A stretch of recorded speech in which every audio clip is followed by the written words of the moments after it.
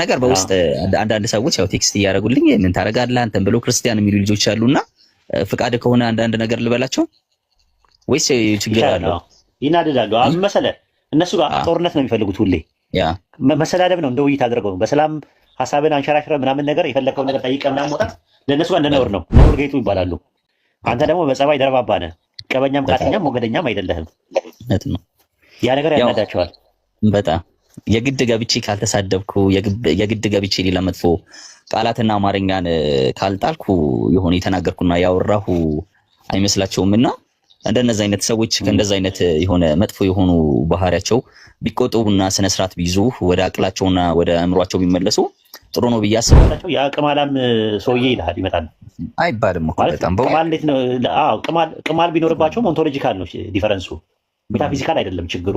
ነብይነታቸው የሚነካ ነገር የለም። በቃ ቅማል ስላለባቸው እንደዛ እኮ ጉስ አላቸው አለ። የጥልቁ መልአክ ነው ይልና ስሙ በዕብራይስጥ አብዶን በግሪክ አፖሊዮን ይባላል። አፖሊዮን የሚባለው ግሪክ ውስጥ አማልክት ያለው ነው። ከጁፒተር ጋር ይጣላው ማለት ነው። አታስታውስም?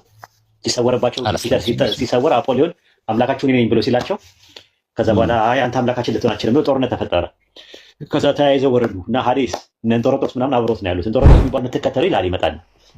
አይሻ ረሱል ሰለላሁ ዐለይሂ ወሰለም 9 ዓመቷ ለምን አገቧት ብለህ መጠየቅ ትችላለህ። ይሄ ሬፒስት ምናምን ያሽማግሌ ምናምን ነገር እንዲህ አይነት ነገር አፕሮች እያደረገ እንዲህ አይነት ነገር ምክንያቱም ተረጋግተው ማውራት እኛ ጋር አይችሉም። ተረጋግተው ካወሩ እንደሚሰልሙ ያውቃሉ። በጣም ብልግና ነው እውነት። ቃላት አንዳንዴ እኮ አመራረጥ እኮ አለ እኮ የመጣልህን ነገር እኮ ደግሞ ነገር አይደለም። ጠፋው በጣም አለው። ደህና ነህ አንተ? ቤተሰብ፣ ልጆች፣ ትዳር? ክብርና ምስጋና ለዓለማቱ ጌታ ላላ ይሁን። ሰላም ነኝ እኔ፣ ሁሉ ነገር ሰላም ነው አለ። ኡስታዝ ጀማል ሰላም ብያለሁ። ኦልቢ ሰላም ብያለሁ። ሁላችሁንም ከላይ ከታች ያላችሁትን ሰላም ብያለሁ አለ። ቀደም ባነሳው ሐሳብ ላይ እስኪ በደንብ ብትሄድበት ደስ ይለኛል። ይሄ ምኑ ጂኒዎች ላይ ማለት ነው። ወንድም አለ ሴትም አለ አልከኝ። በዛ ላይ ይዋለዳሉ፣ ጾታ አላቸው። አዎ ይዋለዳሉም ነገር አልከኝና ሲዋለዱ ምን አይነት ልጅ ነው ምንድን ነው የሚወልዱት? ምን ማለት እንችላለን? ደግሞ ቆይ ልጨርሰው ይዲዬ ጀነትም ይገባሉ ጀሃነምም ይገባሉ ያልክ ይመስለኛል ባልሳሳት። አዎ ምንድነው ጀሃነም የሚያስገባቸው ምንድነው? ጀነትስ የሚያስገባቸው ምንድነው? ለነሱም ጀነትም ተዘጋጅቷል። አላህ መታዘዝ ጀሃነም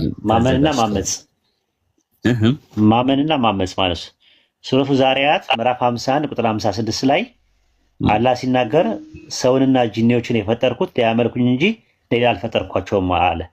የተፈጠሩበት ዓላማና ኢላማ ጂኒዎችና ሰዎች አላህ እንዲያመልኩ ነው። ፍሪ ዊል አላቸው ራሱ ማለት ነው። ማመንም መክዳትም ይችላሉ። በቁርአን ላይ እንደዛ ነው የተቀመጠው። ማመንም መክዳትም ይናገራል። ሱረቱ ጂን ምዕራፍ 72 ቁጥር 14 ላይ ከኛ ውስጥ ሙስሊሞች አሉ፣ ከኛ ውስጥ ደግሞ ካዲዎች አሉ። የሰለሙ ሰዎች እነዚያ ቅንም መንገድ መረጡ ነው የሚለው።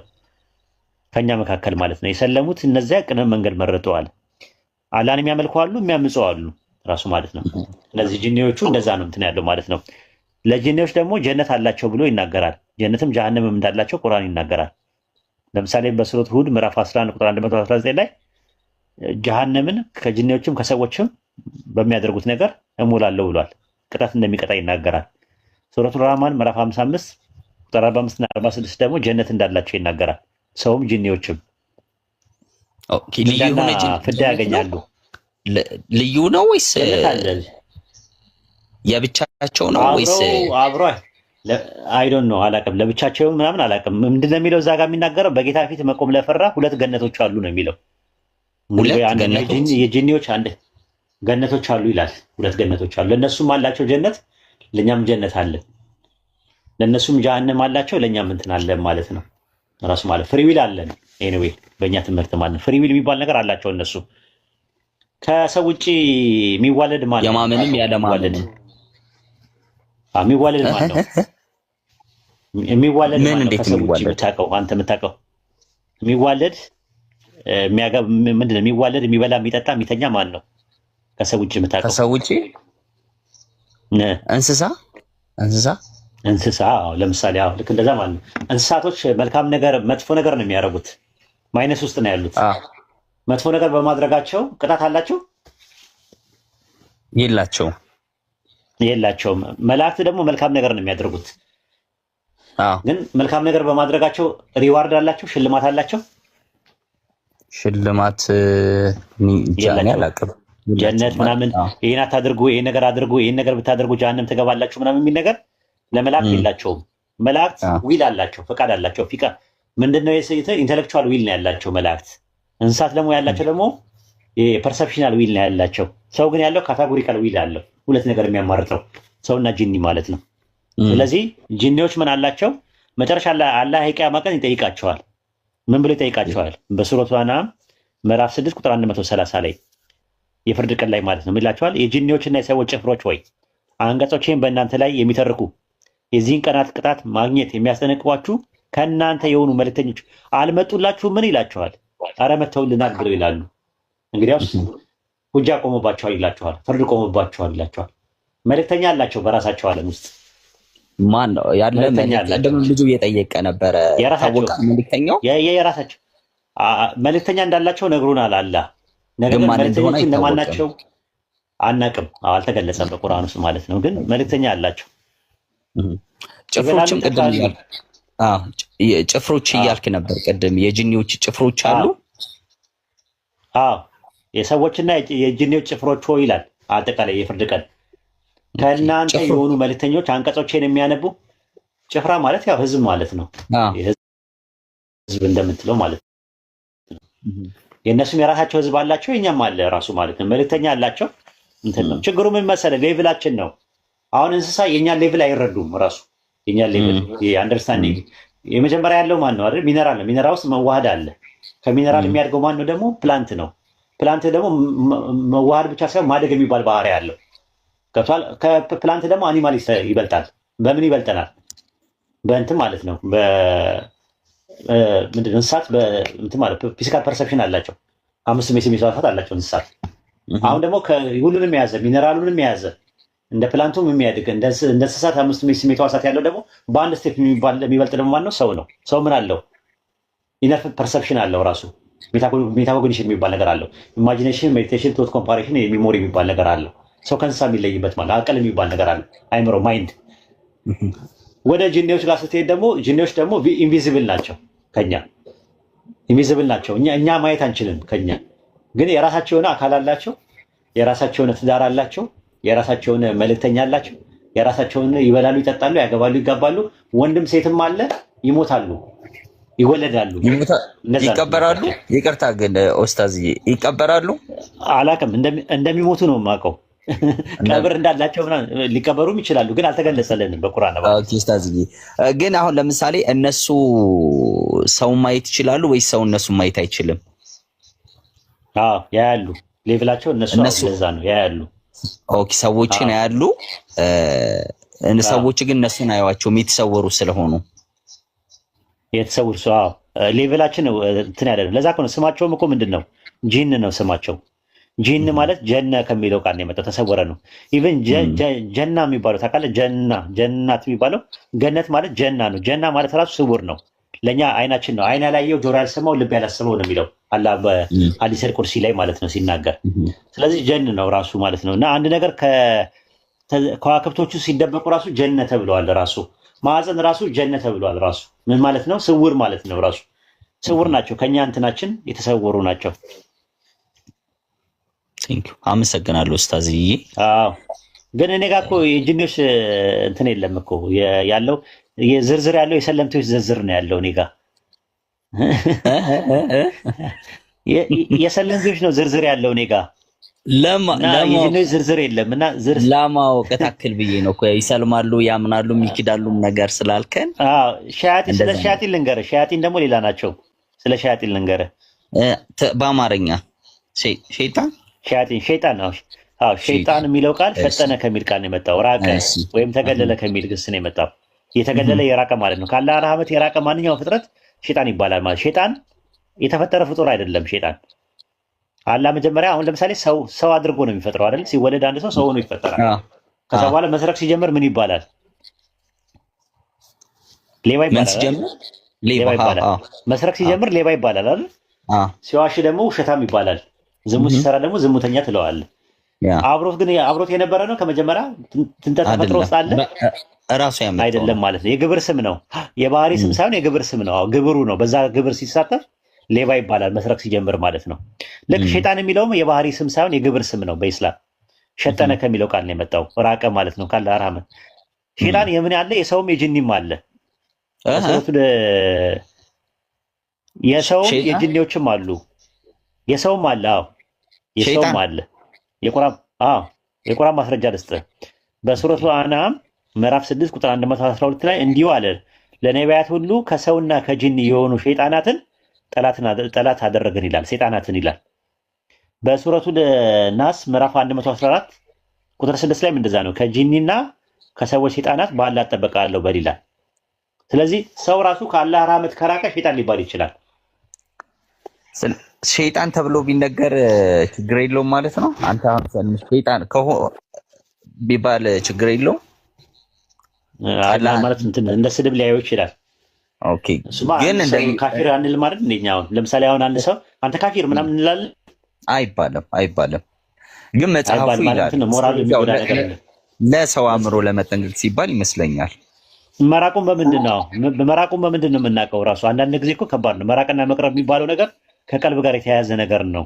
ስለዚህ ሰውን ሸይጣን ከማለት ከምትል ብትቆጠብ ጥሩ ነው ይመስለኛል። ምክንያቱም ሸይጣን ማለት ካላህ ራህመት የራቀ ማለት ነው ትርጉሙ። ትክክል። በባይብልም የሰው ሸይጣኖች እንዳሉ ታውቃለህ? በባይብል የሰው ሸይጣኖች አሉ። እስቲ እንዳደነግጥ ያው የሰው ሸይጣን የግብር ስም ነው ራሱ የሰው ሸይጣን ይባላል። ችግር የለውም ላላቅ ስለምችል ጥቅሱን ብትነግረኝ ደስ ይለኛል። ለትምህርት እስከሆነ ድረስ አንደኛ ነገሥት ምዕራፍ 11 ቁጥር 14 ላይ አለ። እግዚአብሔር ከኤዶሚያስ ነገሥታት ታዘ የኤዶሚያስን ሰው ሃዳድን ሰይጣን አድርጎ በሰለሞን ላይ ያስነሳው ይላል። ምን አድርጎ? ሰይጣን አስነሳው። አማርኛው ጠላት ነው የሚለው፣ ዕብራይስጡ ሳታን ነው የሚለው። ሳታን ማለት ሰይጣን ማለት ነው በዕብራይስጥ። ኦኬ።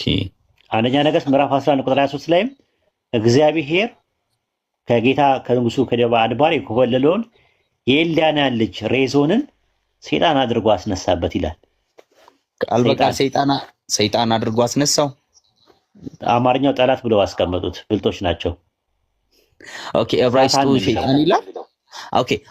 አማርኛው ጠላት ነው የሚለው። አውቀው ነው ጠላት ብለው ያደረጉት እንጂ ሳታን ነው የሚለው። ሰይጣን ትርጉሙ ላይ ምን ይላል?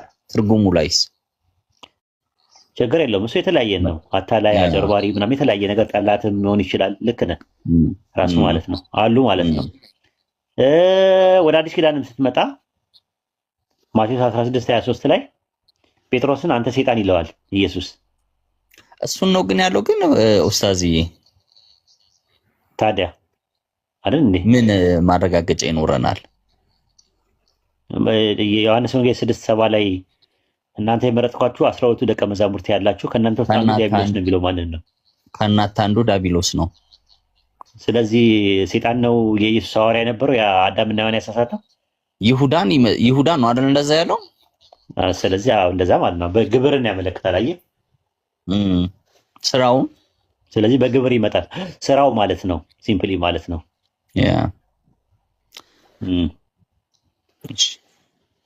አመሰግናለሁ። ስለና ሰፊ ነው። አየሁ አይደል?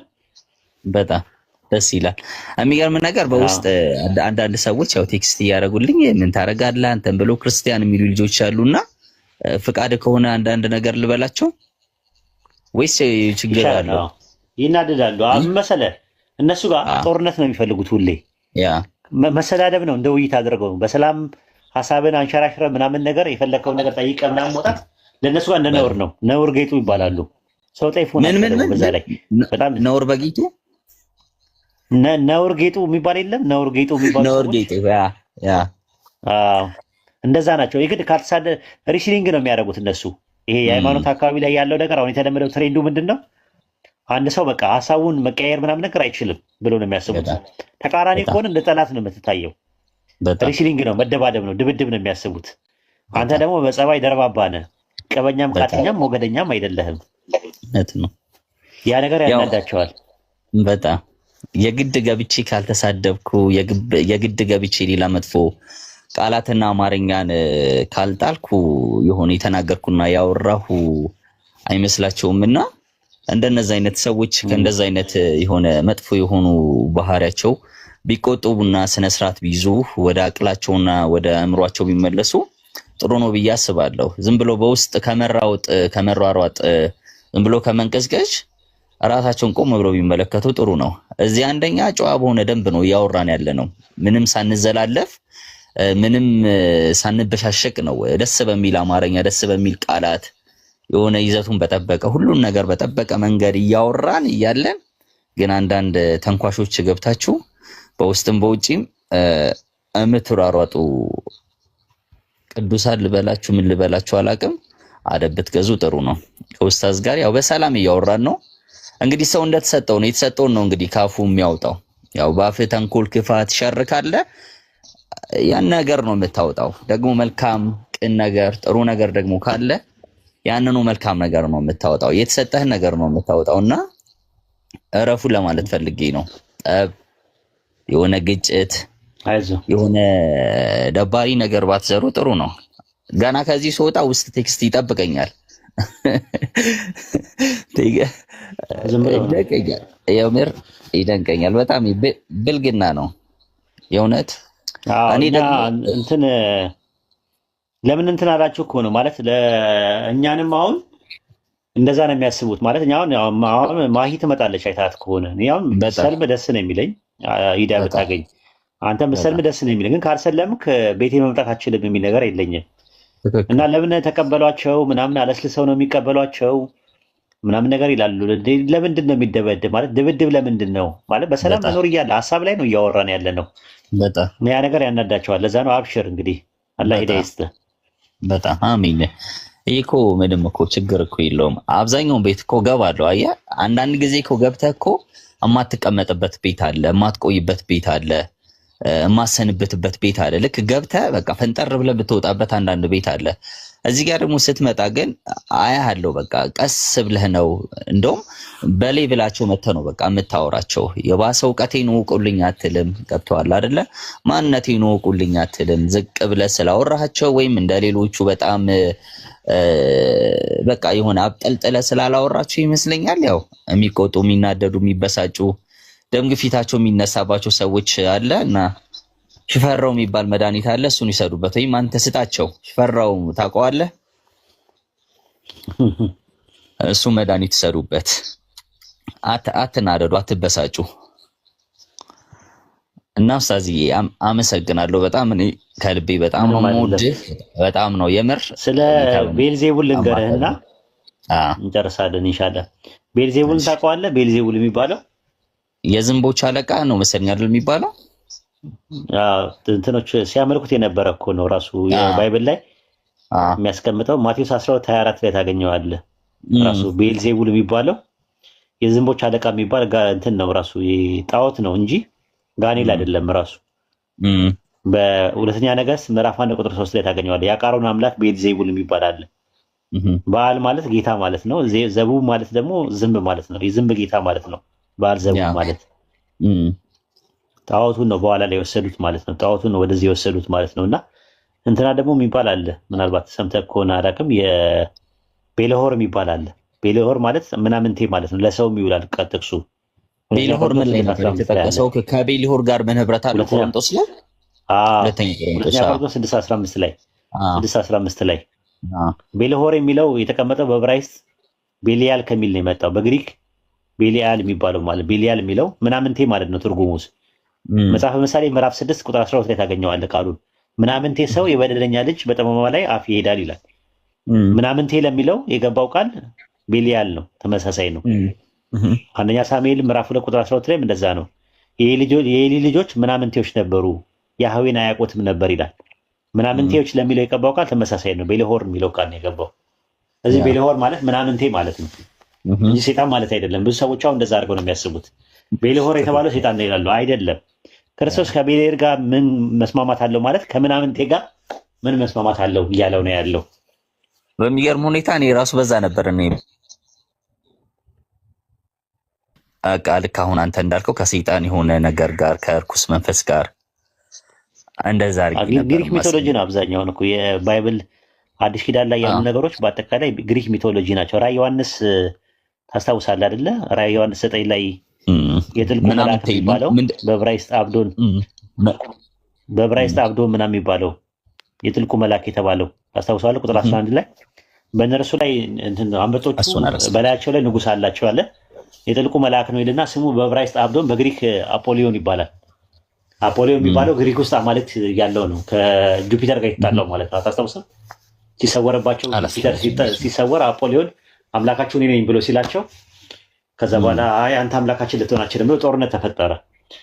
ከዛ ተያይዘው ወረዱ እና ሀዴስ እነ እንጦሮጦስ ምናምን አብሮት ነው ያሉት። እንጦሮጦስ የሚባለውም አንደኛው አምላክ ነው። እንጦሮጦስ የሚባለው ሀዴስ የሚባል አለ። ሀዴስ ማለት ያው መቃብር ነው።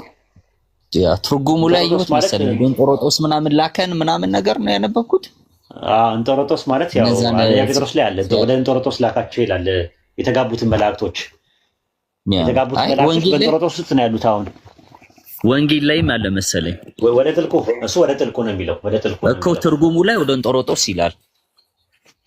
አይ እንጦሮጦስ ግሪኩም ላይም የለም ምንም ላይም የለም። እንጦሮጦስ የሚለው የምታገኘው ጴጥሮስ ላይ ነው የምታገኘው። ኦኬ ሁለተኛ ጴጥሮስ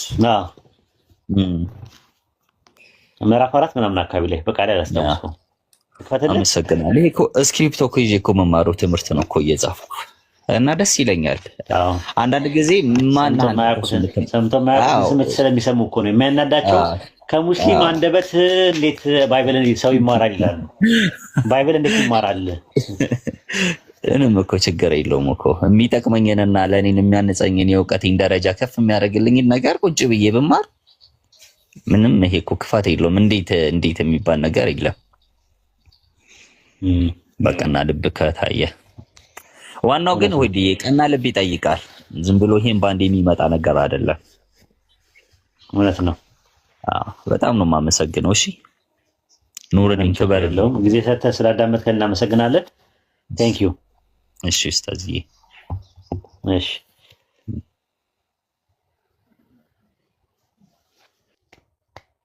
ነቃ እንለያይ መሰለኝ። እዚህ ጋር ዙዙን አስገቧት። አንዳንድ እየጻፈች ነው የነበረችው። ጨለማ ላይ ያጨለመው ረያን ይባላልና ብለው አልወርድም አለኝ። እንዴት እንደሆነ አላውቅም። እምቢ አለ። ስታክ አረገ። አንዳንዴ እንደዚህ አይነት ነገር ይመጣል። እምቢ አለ። ቀንም ሲያስቸግረኝ ነበረ።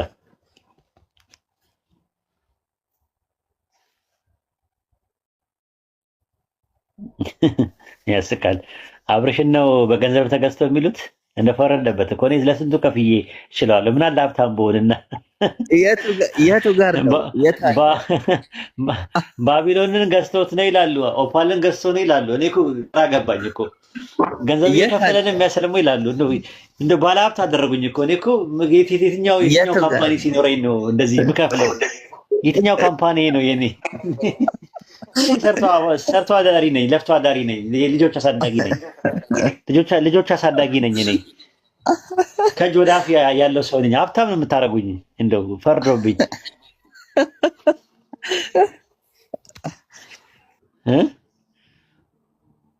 ራስ አውርተን ማናቀውን አንድ ቀንም በውስጥ ተጻጽፈን ማናቀውን ከማንም ጋር አልገናኝም። ከሙስሊሞች ጋር አልገናኝም እኮ የሚገርምህ አሁን ቲክቶክ ራሱ በኢንቦክስ ሰው ማድረግ አይችልም። እኔ ጋር ዝግ ነው እና ከማንም ጋር አልገናኝም እኔ እና በቃ ፈርዶብኝ። አንድ ሰው ከሰለመ ገንዘብ ከፍሎ ነው ይላሉ። ምን ይላሉ? ይሄ ሁላ ገንዘብ ከየት ነው የሚመጣው?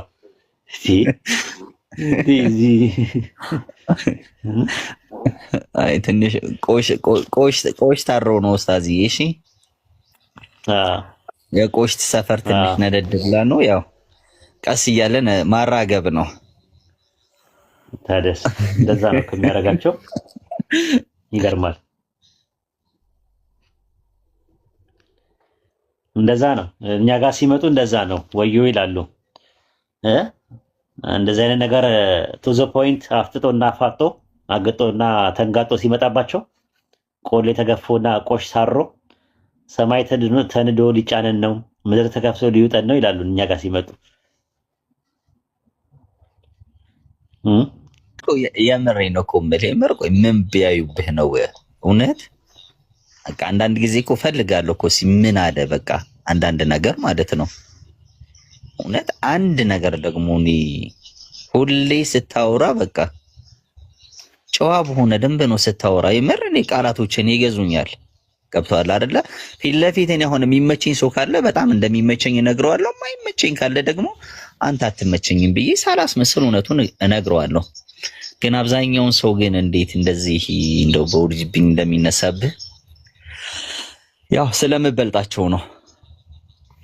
አትፍረድባቸው። እነሱ ጋር የሌለው ነገር አንተ ጋር ስላለ በእነሱ ጫማና በእነሱ መስመር ስለማትሄድ ከፍ ብለህ የበረርክ ስለሆነ ለምን እንደዛ ሆነ ነው ይመስለኛል። ስለዚህ ያው ምንም ማድረግ አትችልም። ወደ ሰውን በግዳቸው ያው እያለቀሱም ቢሆን አንተ ትቀጥላለህ። አዎ አየህ፣ ባጢል የተባለ ነገር በሐቅ ፊት እሳት የነካው ሰም ነው። ፀሐይ ያየው ቅቤ ነው። ነፋስ የጎበኘው አዋራ ነው። ለዛ ነው ምክንያቱ ይሄ ነው። ያ በጣም ምን አግኝተውብህ ነው በእውነት ግራ ገብት ይለኛል። ያው ሐቅ ነው። ሐቅ ይጠላል እኮ ሁልጊዜ ሐቅ የያዘ ሰው ይጠላል ራሱ። እኔ ምንም ሐቅ የለኝም። ሐቄ እስልምና ነው። እስልምና ነው ራሱ ማለት ነው። ምክንያቱም እንደዛ ነው። ባጢል በሐቅ ፊት እሳት የነካው ሰም ነው ብለናል። ፀሐይ ያየው ቅቤ ነፋስ የጎበኘው አዋራ ነው። መቋቋም አይችልም። ለዛ ነው እንጂ ለዛ ነው አንዳንዴ እኮ እስቲ ለምንድን ነው ያልሰለማችሁት በቅንነት እስቲ ማወቅ እንፈልጋለን ብለህ ስታስገባቸው በዛ ያንተ መሐመድ ምናምን እያለ ስድብ ይጀምራል። እኛ እኮ ጥያቄ ጠይቁ አይደለም ራሱ በስነ ስርዓት ማለት ነው። ረሱል ሰለላሁ ዐለይሂ ወሰለም ዘይነብ ከጭንቅላታቸው ላይ ቅማል ትቀምል ነበር ይላል የእንግሊዝኛው ሐዲስ ላይ። የእንግሊዝኛው ሐዲስ ላይ ማለት ይላል እንደዛ። እንግሊዝኛው ላይ አረብኛው ላይ ፀጉርን ታበጥር ነበር ነው የሚለው። ቅማል የሚል ነገር የለውም። ቅማል በአረብኛ ቀምል ነው። በአረብኛ ራሱ ቅማል የሚል ነገር የለውም። እንግሊዝኛው እንደዛ ይላል። እና ይመጣና ጠይቁ ስትባላቸው ያ ቅማላም ሰውዬ ይልሃል። ይመጣና አይባልም እኮ በጣም ቅማል እንዴት ነው? አዎ ቅማል ቢኖርባቸውም ኦንቶሎጂካል ነው ዲፈረንሱ፣ ሜታፊዚካል አይደለም ችግሩ። ነብይነታቸው የሚነካ ነገር የለም።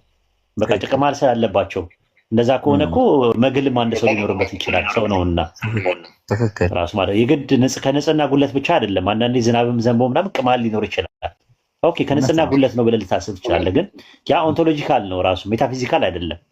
ሜታፊዚካል ማለት ነው እንዴት ነው ቅማል አላቸው እንዴት ነው ምናምን አንድ ነብይ እንዴት ቅማል ነው እንደዚህ ብለህ በቅነት በጠይቅ እኮ መልስ ትሰጣል። ይመጣና ያ ቅማላሙ ሰውዬ አንተ የምትከተለው ይላል። ይመጣና አይሻ ረሱል ሰለላሁ ዐለይሂ ወሰለም በ9 ዓመቷ ለምን አገቧት ብለህ መጠየቅ ትችላለህ። ይሄ ሬፒስት ምናምን ያሽማግሌ ምናምን ነገር እንዲህ አይነት ነገር አፕሮች እያደረገ እንዲህ አይነት ነገር ምክንያቱም ተረጋግተው ማውራት እኛ ጋር አይችሉም። ተረጋግተው ካወሩ እንደሚሰልሙ ያውቃሉ።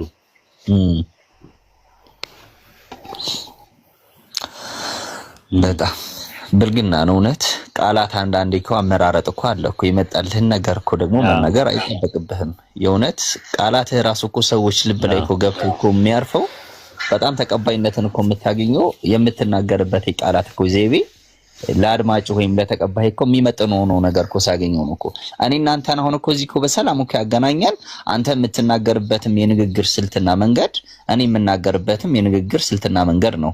እኔ እዚህ ጋር አሁን መጥፎ የሆነ አማርኛ ብናገር እርግጠኛ ነኝ አንተም በቃ ሰው ነህና ማለት ነው።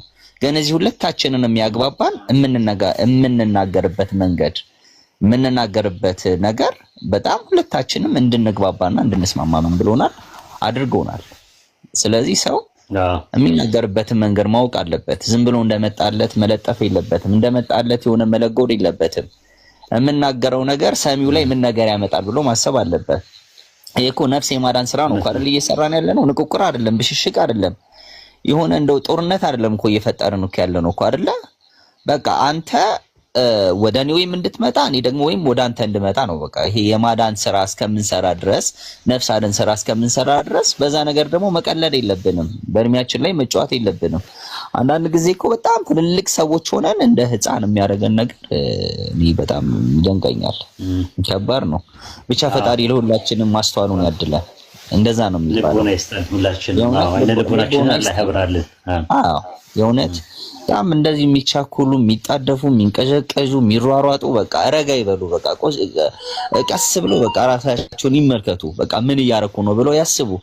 ዘለው ባንዲ ፊት በቃ መንቀፍ ላይ መተቸት ላይ የሆነ በቃ አቃቂን ማውጣት ላይ ምንም አይጠቅምም። በቃ ለማዳን እስከመጣ ድረስ ሰዎችን ለማዳን ወደ ቀጥተኛ መንገድ ለማምጣት እስካሰብክ ድረስ ያንን ሰው በፍቅር በቅንነት በየዋህነት ዝቅ ብለህ ነው እንጂ እንደው በቃል አማርኛ በጣም ወንጭፈህ ወርውረህ ግንባር ለመምታት አይቻልም። ይሄ ተገቢም ስላይደለ ማለት ነው። እና ይረጋጉ። እኔም ባይ አንተ ጋር የሚገርም ነገር እማልነግርበት ምንም ምክንያት የለም ወንድሜ እስከሆንክ ድረስ ማለት ነው። እምነግርህ የሆነ አንተን ለመተቸት የሆነ አንተ ላይ ያለውን ነገር የሆነ ነገር ለማውጣት ሳይሆን አንተን ለመጥቀም እስከሆነ ድረስ አንተ ላይም የሆነ ነገር ባይ ኡስታዝዬ ብዬ መጥቼ በፍቅር በቅንነት ምን ልልህ እችላለሁ ልነግርህ እችላለሁ። ገብቶሃል አይደለ? በዚህ መንገድ ብናስኬደው ገራሚ ይሆናል ብዬ አስባለሁ ሁሉም ነገር። እውነት ነው። አሁን መርካቶ አለ ናግባና ገላግለን ፎሎ አድርጉ ያ ጀማ። አብደላ እኔ በአብደላ አላወራሁም ኡስታዝ። ማን ያወራኝ? አብደላ አካውንት በአብደላ የዛ የሚዲያ እንትኗ ናት ትሆናለች። የሚዲያ ተቆጣጣሪ ትሆናለች። እኔ እኮ ችግር አለብኝ። የሴት ድምጽ እኮ በደንብ አለይም። ማንም ነው የሚሸውደኝ።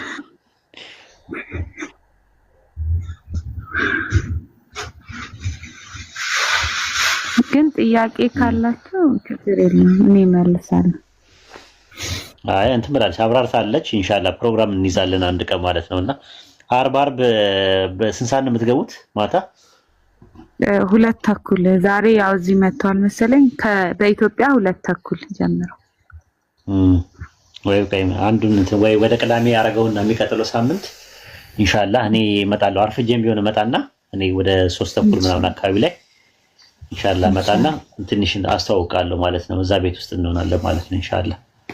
ፎሎ ላይክ አካውንቱን እስቲ አንተ ቅዳሜ ስል ከሆነ ችግር የለውም። እኔ ነው አይ ቅዳሜ እንትን ማለት ይችላል። ፖስትፖን ማድረግ እንችላለን። አብሽሩ ፎሎ አድርጌያለሁ። ኦንላይን ሲመጣ እንትን ማለት ነው። አስታውሱኝ እና ኡስታዝ ጀማልም መተዋል ምናምን ነገር በሉኝ ከረሳሁት በሌላ ነገር ቤዚ ኮንኩኝ ማለት ነው ኢንሻአላህ። እሺ ኡስታዝ መርሐባ። አብዱማ አታብጠልጥሉ፣ አታበሻቅጡ። በጣም ነውር ነው። ራሱ ተከባብሮ ሐሳብ መቀየር ይቻላል። ካልሆነ ግን ቢቀር ይሻላል። ከጥቅሙ ጉዳት አለው። እነዛ ሰዎች ወደ እስላም እንዲመጡ ከተፈለገ በአግባብና በስርዓት ምን ማለት አለብን? ዳዋ ማድረግ አለብን። በአኽላቅና በአደብ በስነ ምግባርና በግብረ ገብ ሞራልና ኤቲክስ ባለበት ነገር መነጋገር መቻል አለብን ማለት ነውና ኢንሻአላህ እና በተቻለ አቅም ተከባብሮ ያለ ነገር ነው መሆን ያለበት። ፕላትፎርሙን ለጥሩ ነገር እኛ እንጠቀምበታለን። ሰዎች ለኔጌቲቭ ነገር ለመደበሪያም፣ ለምንም፣ ለገንዘብም፣ ለቢዝነስም፣ ለመበሻሸቂያም ዝም ብሎ በቃ ለአሉባልታም ለሐሜትም ይጠቀሙበት። አይመለከታችሁም። እናንተ ግን በጎ ነገር ተጠቀሙበት፣ ለኸይር ነገር ተጠቀሙበት፣ አጅር ለሚያስገኝ ነገር ተጠቀሙበት። ሰዎችን ወደ አላህ ለመጣራት እንጠቀምበት ሁላችንም ለማለት ፈልጌ ነው። አፉ በለው። አሰላሙ አለይኩም ወራህመቱላሂ ወበረካቱ። ወአለይኩም ሰላም ወራህመቱላሂ ወበረካቱ። እና ሰውየው ሲጠይቅህ እንደሚቻል አርገህ ነገርከው። ጥያቄውን በትክክል በግልጽ አርጎ የሰጠሃል መሰለኝም እና እስቲ እዛ ላይ ትንሽ አይ ቲንክ እዚ حرام ነው እንደሚሉ ነው ማቀውና ጥያቄ ምንድነው የጠየቀኝ? ምን ብሎ ጠየቀኝ?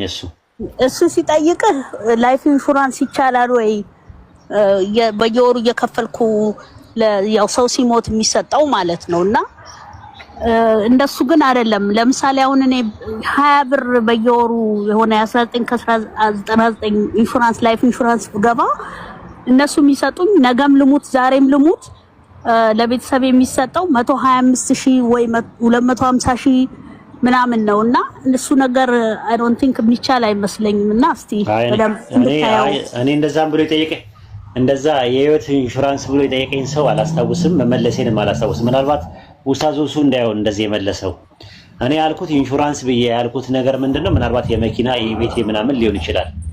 ለምሳሌ ቤት መኪና አንዳንዴ ሲበላሽ ቴሌቪዥን ሊወድቅ ይችላል ተብሎ ሲታሰብ እነዚህ የሞባይል ነገሮች ምናምን ነገር ኢንሹራንስ እንደሚገባ ቃለሁ። የህይወት ኢንሹራንስ እንደሚባለው ነገር አላውቅም፣ እኔ እውቀቱም የለኝም። አዎ ላይፍ ኢንሹራንስ ብሎ ነበር የጠየቀህ። ለዛ ነው እኔም እርግጠኛ በደንብ እንትን አላለህም። አዎ አላስታውስም፣ ወይ እኔ በደንብ አላዳመጥኩትም፣ ወይ እሱ ደግሞ ላይፍ ኢንሹራንስ ብሎ በትክክል አልነገረኝም። በትክክል አልነገረኝም። ስለ ላይፍ ኢንሹራንስ የማውቀው ነገር የለም። ራሱ መኖሩንም ሰማለሁ፣ ምን እንደሆነም አላውቅም። ራሱ ኖርማል ማለት ነው። ሰው ሲሞት ከዛ በኋላ ምናምን ነገር ይበሉ እንደ ሲሉ ሰምቻለሁ፣ ግን ብዙም ቦታም ትኩረት ሰጥቼው አላውቅም። እውቀቱ የለኝም። ግን ይሄኛው የመኪና የሞባይል የቴሌቪዥን የምናምን ከሆነ እንደሚቻል አውቃለሁ። እሱ ራሱ ማቆም ማለት ነው። ሬድ ምን እንደሚባለው ኢንተረስት ካለው ነው የማይቻለው። አንድ ነገር ኢንተረስት ካለው አይቻልም። ይሄኛው ላይፍ ኢንሹራንስ ላይክ ያልሰጠኸውን ገንዘብ ነው ሞስሊ የሚሰጠው እና ሰው ሲሞት ለምሳሌ እኔ ዛሬ በየወሩ ለ250,000 ብር $20 ብገባ እውቀቱ የለኝም። እንደሱ እስቲ እንትኑ ቪዲዮውን ካገኘሁት በመሴንጀር እልክልሃለሁ መልሼ ቪዲዮውን ሰርች አረገውና ምናልባት ሲጠይቀኝ አጋጣሚ ክሊር አድርጎ አልጠየቀህም። ሲጠይቅህ ክሊር አድርጎ አልጠየቀህም። ምናልባት ጢምቢራይ አንዳንዴ ሰዎች ሲጠይቁኝም ጢምቢራይ ዞሮ ይሆናል እና ጢምቢራይ ዞሮ ሊሆን ይችላል። በዛ አይ ነው እሱ አጠያየቁ ልክ አልነበረም። ለዛ ነው ከዛ ከሆንኩኝ አስተካክላለሁ። ባይሆን ኢንሻአላህ ካገኘሁት በእንትን እልክልሃለሁኝ በመሴንጀር ቪዲዮውን ራሱን። እሺ አላ ኦኬ። ሰላም አለይኩም ጀዛከላ ለሰጣችሁ። ወአለይኩም ሰላም ወራህመቱላሂ ወበረካቱ። ናስቲ ሰላም በለን እናውጣ። አላሁ አክበር። ሰላም አለይኩም ወራህመቱላሂ ኦልሞስት ወደ 4 አመት ምናምን።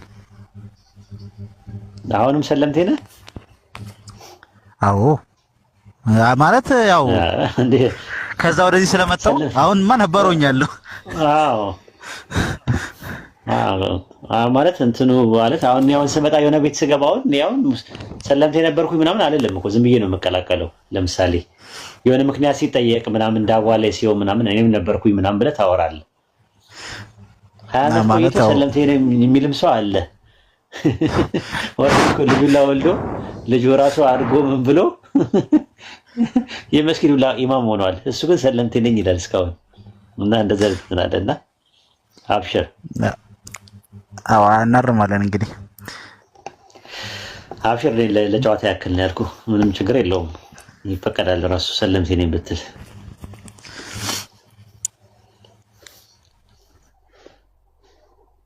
እና ዌብሳይቱን እንዴት ነው ማግኘት? አፕሊኬሽን አለለ፣ አፕሊኬሽን ተጠቀም። በምን እንዴት ነው ማግኘት? ራሱ አለለ እያሳየህ ነበረ። ቴሌግራም አለህ ወንድማችን? ጆ አለኝ አለው።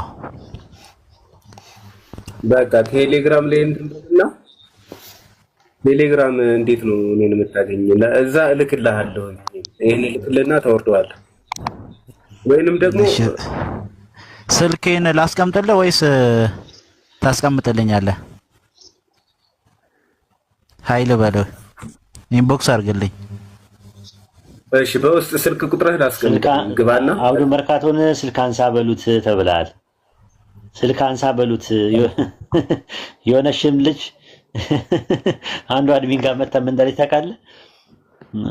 ቀጥረኝ ጠፍተሃል አንዋር መጥቼ ስልክ አታነሳም ብላ እናት ጋር መጣ ነበር አንዷ ማለት ነው። ያው ይሄ ሶስትዮሽ አምልኮ ከግሪክ ፍልስፍና እንደተወሰደ እንትኖች ምናምን አይተን ነበረ። ያው ከዚህ በፊት የተወሰነ ስልጠናዎችን ነበረ እና ግን የሀገራችን ማለትም ይሄ ኦርቶዶክስ የሚባለው በወቅቱ አህዳዊ ነበረ ያኔ ማለት ነው። ይሄ ሶስትዮሽ አምልኮትን ሲቀበሉ አህዳዊ ከነበረ እንዴት ወደ አሁን ወዳለው አስተሳሰብ የመጣው ማለት የዛን ዘመን የነበሩት እና አፄ ካሪ ምናምን ሐነፊ ናቸው የሚባል ነገር ሰማውና እንዴት ታየዋለህ? አልነበሩም፣ ሐነፊ አልነበሩም። ኢትዮጵያ ውስጥ ሲገባ ኦልሬዲ ትሪኒቲ ትምህርት የሚባለው ቢልድ ሆኖ ነው የገባው ራሱ ማለት ነው። አትናቴዎስ ከተነሱ በኋላ ምንም ካለ በኋላ ነው አይደል? ፍሬምናትስ እኮ ነው ለመጀመሪያ ጊዜ ያስገባው ማለት ነው። ከዛ በፊት እንደውም ኢትዮጵያ ጃንደረባ የሚባል ገብቶ ነበር፣ ግን ሰስቴን አላደረገም። ሳቹሬት አደረገ፣ አላስፋፋውም። በቃ አምኖበት ነው የመጣው ተቀብሎ። ሐዋርያ ሥራ ምዕራፍ 7 ላይ ታገኘዋለህ። ምዕራፍ 8 ላይ ታገኘዋለህ ስለሱ ማለት ታሪክ። በተረፈ እንደዛ ነበር የሚባል ነገር የለውም። በባቢሎን ምርኮ ጊዜ በ606 አካባቢ ላይ በ606 አካባቢ ላይ አይሁዳኖች ገብተው ነበረ እዛ ኢትዮጵያ ውስጥ ማለት ነው። አይሁዳኖች ነበሩ በባቢሎን ምርኮ ጊዜ ናቡከደነፆር በተነሳበት ሰዓት ላይ በስደት እንደገቡ የሚያሳዩ የታሪክ ማስረጃዎች አሉ አርኪኦሎጂካሊ። በተረፈ የአንድ አምላክ አስተምሮት የነበረው ዋቄ ፈና ነው የነበረው የአንድ አምላክ አስተምሮት ያለው መጀመሪያ ሲጀመር አመሰራረቱ ኢትዮጵያ ውስጥ የነበር ምናልባት ነብይም ተልኮ ሊሆን ይችላል አናውቅም። ግን ዋቄ ፈና የሚባለው ነገር ኢሬቻ የሚባለው አጀማመሩ መጀመሪያ ዲቫይን እንደነበረው የሚያሳዩ ነገሮች አሉ። ልክ በ3102 ክሪሽና ለአርጁን ምክር ሲሰጥ እንደነበረው አይነት ማለት ነው። ክሪሽና ለአርጁን ሲሰጥ አሪፍ ትምህርት ነበር ሂንዱይዝም። ከዛ በ1500 አርያን ወደ ህንድ ሄደው ቤድ አስመጣ ማለት ነው። የአዙርቤድ፣ አግራባቤድ፣ ሳሜድ እና ሪግቤድ የሚባል ነበር። ከዛ እነ ፑራና ሲመጡ እነ ካልኪ ፑራና፣ ቪሽኑ ፑራና የሚባሉ መጽሐፍቶች ሲመጡ እነ ዋንሺዳ ሲመጡ እየተበረዘ መጣ ማለት ነው ትምህርቱ። ልክ እንደዛ ሆኖ ኢሬቻ መጀመሪያ ሲጀመር አጀማመሩ የአንድ አምላክ አስተምሮት ነበር። ሞኖቲዝም ነገር አለበት ራሱ የሚያሳዩ በጣም የአርኪኦሎጂካል ማስረጃዎች አሉ። ነገር ግን ያ ነገር ከጊዜ በኋላ እየተበላሸ ሲመጣ ከወንዝ ጋር ከተራራ ጋር እያዋሃዱት ቄጤማ እየነሰነሱ ዛፍ ቅቤ እየቀቡ ምናምን ነገሮች ተበላሽተዋል። በተረፈ መጀመሪያ ኢየሱስ ያስተማረው ትምህርት ዩኒታሪያን ነው። ዘዳግም 6:4 ላይ ያለውን ማርቆስ 12:29 ላይ ጠቅሶና ጣቅሶ አስቀምጧል። ከጸሐፊውም ጋር ተግባብተዋል። ቁጥር 32 ላይ ሐዋርያቶችም የአንድ አምላክ አስተምሮት ነበር፣ ዩኒታሪያን ነበሩ። ከዩኒታሪያን ተማሪዎቻቸው ወደ ግሪክ ሲሄዱ ከግሪክ ፍልስፍናና ከሮም ፍልስፍና ጋር እየተቀየጠ ሲመጣ ወደ ቢኒታሪያን ሄደ ማለት ነው። ከቢኒታሪያን ወደ ትሪኒታሪያን ሄደው ከዛ በኋላ ነው ይሄ ወደ ክርስትና ወደ ኢትዮጵያ ውስጥ የገባው ማለት ነው። በፍሬምናጥስ ማለት ነው 4ኛው ክፍለ ዘመን ላይ እንደዛ ነው። እዚህ ጋር አንድ የሚነሳ ጥያቄ አለ። ለምሳሌ አስሐበል ኡኽዱድን ትርክት ስናነሳ በዛ ወቅት ላይ ምናልባት እነሱ ዲፋ አደረጉ የሚባሉት ከዚህ የተነሱ ሰዎች ነበሩ። ማለትም ከሀበሻ ተነስተው ነበር የመን ሄደው ለነዛ ለሙእሚኖች ዲፋ አደረጉ የሚባለው ከዚህ ታሪክ የምን አሳውል እና ደግሞ አሳውል ፊል አስሐበል ኡኽዱድ ያው እሱም ከዛ በኋላ የተፈጠረ ታሪክ ነው አይደለ? አስሐበል ኡኽዱድ ግን ማለት ነው እነዛ ጉድጓድ ውስጥ ከነ ህይወታቸው ይቀበሩ የነበሩ ያው ሸሂዶች የነሳ ከለላ ሆነው ኢትዮጵያውያን ሄደው ነበር የሚል ትርክቶች አሉ። ያው አላቅም ለመጀመሪያ ጊዜ የሰማሁት እኔ አላቅም። እሱ አላቅም። ምናልባት ደሊል ካለ የሐዲስ ማስረጃዎች ካሉ አላቅም። ምን ላይ ነው ያገኘው? ያው እንትኑ ሐዲሱ በእርግጥ ትርክቱ የሚያበቃው ማለት ነው እስከ አንዲት ልጅ እንትን እስክትል ድረስ ያለ ነው። አንዲት አጥቢ ልጇ እስኪናገር ድረስ አንቺ የሐቅ ላይ ነሽ ግቢ እስኪላት ድረስ ያለው ነው። በእርግጥ ሰሂህ በሆነው ሐዲሶች የመጡት ማለት ነው። ነገር ግን በሌላ የታሪክ ድርሳናት ደግሞ ምናልባት አሁን ዋቢዎቹን በተጨባጭ ላስታውሳቸው አልችልም። ግን ደግሞ ምናልባት ከዛ እንደ እንትን ከረዳህ ምናልባት ሐሳብ ከሆነ አብዱ ጀሊል አሊ ካሳ የሆነ የጻፈው መጽሐፍ አለ የተምኔታዊት ደሴት የሚለው ላይ ማለት ነው። እዛ ላይ ምናልባት እኔ ዋቢ ያደረጋቸውን በእርግጥ ታርጌት አድርጌ እንትን አላልኩትም። ይሄ እጂ እዛ መጽሐፉ ላይ ምናምን ላገላበጥ አልቻልኩም። ግን እዛ ላይ በስፋት ያነሳዋል ይሄን ታሪክ እና ሀታ እሱ ወደ ሐነፊይ ናቸው ወደሚል ነው። ምክንያቱም ሀታ የአክሱም ስቴት አንድ መዳከሙ የእንትኑ መነሳት ነው ምናምን ብሎ እነሱ ሄደው ለእርዳታ መዘርጋታቸው ነው ምናምን ብሎ የሚያነሳው አለ። ግን ደግሞ ከዛም በኋላ የአብርሃ ደግሞ ታሪክ ሲነሳ ደግሞ ምናልባት ያው እዛው ሙሽሪክ እንደነበሩ የሚያሳይም አለ። ምክንያቱም ሙስሊም ከሆነ የበይቱላህን ክብር ያከብራል። አፎን እየፈራው ነው። አንድ ጥያቄ ልጨምር፣ ይቅርታ። ይሄኛው መጨረስከውና ነው ከራስ ጋር እኮ ነው ያወራው። ከራስ ጋር ነው ያወራው። አወራና መጨረሻ ላይ ሁለተኛው ጥያቄ ላይ ሊድ አልክና የመጀመሪያው ራሱ እንትን ነው ማለት ነው። ብዙም አልገባኝም፣ ግን እሺ ይሁን። ግን እንዳልኩ አየዋለሁ፣ የእሱን መጽሐፍ አየውና ሪፈረንስ አየዋለሁ። እሱንም ማናገር እችላለሁ፣ በውስጥ ስለማወራው ማናገር እችላለሁ። ከየት አመጣው መረጃውን ደሊሉ ማለት ይቻላል። እና አብሽር፣ ችግር የለም። ወደ ሁለተኛ ጥያቄ ሄድና ቶሎ እንውጣ፣ ደካክሞናል።